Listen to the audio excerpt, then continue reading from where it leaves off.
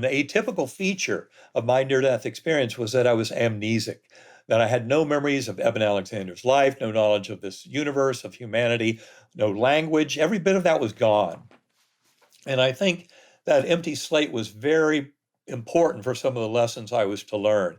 But it is an unusual feature. You don't often find that kind of complete amnesia for life during an NDE. And of course, when I first came back to this world, when my neuroscience memories were still not back, but I knew from talking to my doctors I'd had a severe case of meningitis. I thought, well, I guess that would explain why those memories seemed to disappear, because I was still harboring the illusion that memories are stored in the brain. But we discuss in our book, Living the Mindful Universe, all the scientific evidence that memories are not stored in the brain at all.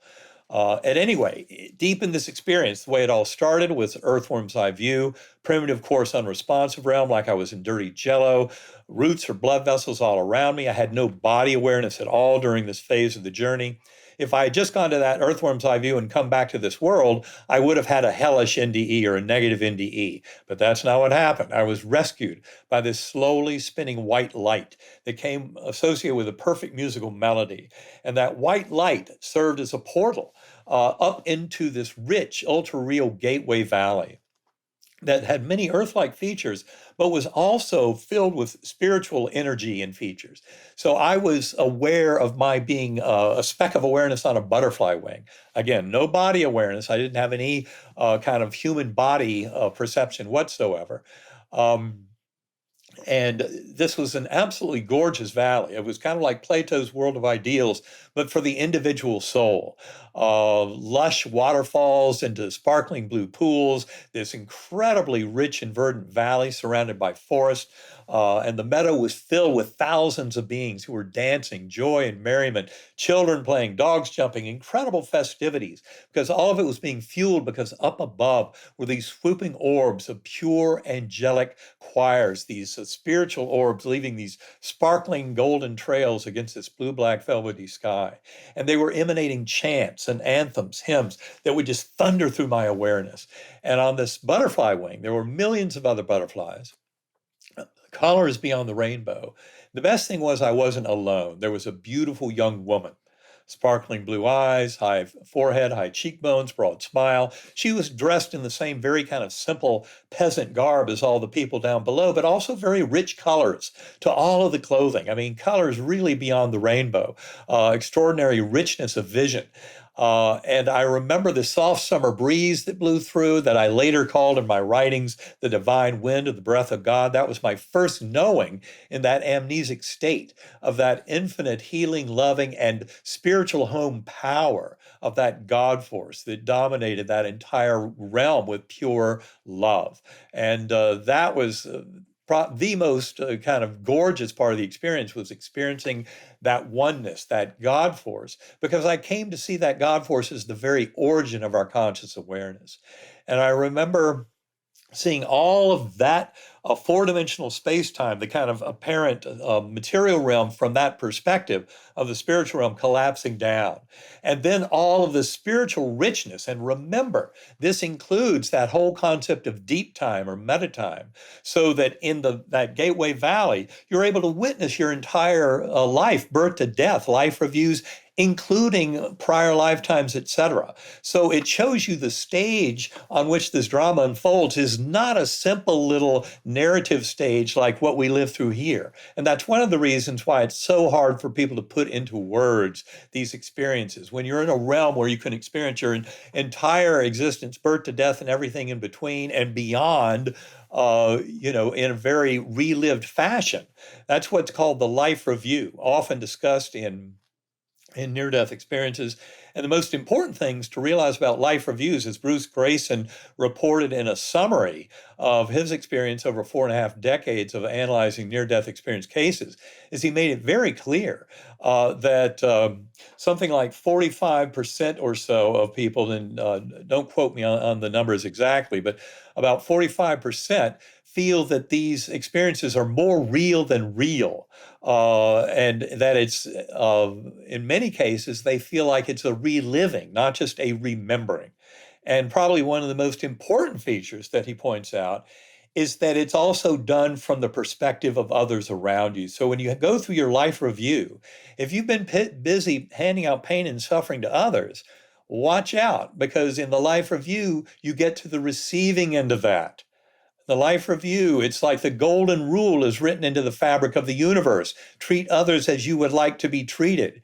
Because a hallmark of the life review, going back at least 2,400 years to the time of Plato, who wrote about the Armenian soldier killed in battle. And when came back to life just before they lit up the funeral pyre, he told his fellow soldiers that when you die, your life flashes before your eyes. And not only that, you realize the only important thing was how much love you were able to bring into the world. That said 2,400 years ago. And that could be a similar story to a battlefield death today, or to any death today. I mean, people still have these experiences in extraordinary numbers. And the more we realize what they're telling us about the eternity of soul, and that we're all bound together through this force of love, and if we pay attention to that life review, what it means is we really need to treat each other as those sacred and divine beings that we all are, and start following the message of the prophets and bringing love, kindness, compassion, mercy, and acceptance into the way we live these lives. And that's how we deal with ourselves in relation to the universe, and how we deal with our fellow beings. And the more we can learn that golden rule from life reviews, and do daily reviews, as my partner Karen Newell puts it. Why wait till the end of your life? And what a sad thing if I'd spent my whole life as a materialist thinking it was birth to death, nothing more, and not realizing this much bigger message of the bigger aspects of soul. And that's what Karen and I are really trying to teach the world now, is get that word out about the reality of the soul connection. But getting back to my journey, because I don't want to leave that too far here, we've gone into that Gateway Valley. The beautiful guardian angel was what happened was all of that collapsed down. And I entered what I call the core. The core was infinite inky blackness, filled to overflowing with that divine love of the creator for the creation. And I realized that our very conscious awareness is sourced in that God force of pure love. So we're never separate from that at all. And that's the important thing to bring to this world. And of course, as any near-death experiencer will tell you, or most of them, I should say, is these deep dives into that spiritual realm prove to us eternity of soul, that nature of that primordial mind, how we're all truly in this together, and we're really here to take care of each other. And that is one of the deepest lessons that humanity is to learn now, is this kind of synthesis of our kind of spiritual essence, how we're all really here to take care of each other, and that myth of the false sense of separation of materialist thinking really needs to go extinct. You know, the scientific community over the last century has proven that Newtonian determinism of reductive materialism is not real. And this quantum-informed consciousness is something that really helps us to elaborate the science that shows that consciousness is fundamental, that mind has a way of organizing all of the emergent reality that we witness. And the more we realize that, the more we can bring our true free will, the free will of our higher soul and of this collective mind that views that binding force of love as crucial. We can bring all that to fruition in this revolution of scientific understanding that puts consciousness in a primary position. Now, in my own journey, what happened was I was told in that core realm, you're not here to stay, you'll be going back. But I would cycle, I would fall back down to that earthworm eye view. And it was by remembering the musical notes, the melody that I originally associated with that portal that led me up into the Gateway Valley. By remembering the musical notes, that's what allowed me to conjure up that portal again. And that happened multiple times, that I would spontaneously tumble back down to earth from my view, and then work my way back up through these musical portals through the various levels, always gaining lessons along the way, and always being told in the core, you're not here to stay, you'll be going back. And there finally came a time when that was true. I could no longer conjure up that melody to get out of the earthworm eye view. To say I was sad would be an understatement. That's when I saw the thousands of beings going off into the distance around me, this murmuring energy coming to them, which was the same loving acceptance and comfort as what I'd first experienced in the gateway in the core realm. But now I was getting it in this lowest realm from all these beings. And I call that the power of prayer when I wrote it all up weeks later. And it was then that I saw 6 faces. It bubbled out of the muck, said a few words, disappeared. Those faces were important. They served as veridical time anchors that helped to prove that the vast majority of the coma journey happened between days 1 and 4 or 1 and 5. The timing for all that is explained in Proof of Heaven and Living in a Mindful Universe. But in other words, it didn't all happen just when I was exiting the coma. That's the important thing to get. And then I came back to this world when I first woke up in the ICU room. And important to point out that the last face I saw of those 6 faces was a 10-year-old boy. I didn't recognize him. And it was day 7 of coma. They had protected my youngest son, Bond, 10 years old at the time. They'd protected him from the worst news during that week. On this final morning, he overheard the doctor's conference where they said I'd gone from 10% chance of survival to 2% with no chance of recovery. And when Bond heard that, he knew things were very bad, came running down the hallway, pulled open my eyelids, and one eye looking over there, the other over there, neither pupil working. Those in medicine know that's a horrible picture. And I didn't hear him with my ears. I didn't see him with my eyes, but he was pleading with me. Daddy, you're going to be okay. Daddy, you're going to be okay. And somehow that made it all the way through to those deepest spiritual levels.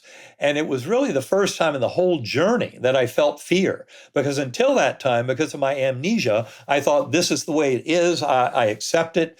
This is it.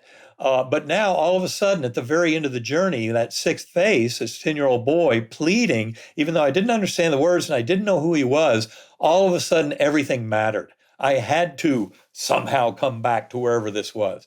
And that to me was the most frightening moment of the whole journey. And somehow my higher soul willed my way back to this realm. And when I first woke up in that ICU bed, my amnesia was still absolutely dominant. I did not even recognize my mother, my sisters, my sons at the bedside. I had no idea who these beings were, but I knew where I had just been. That was the only thing I knew. And then over the next 2 months, everything came back. In fact, memories came back more complete than they had been before the coma.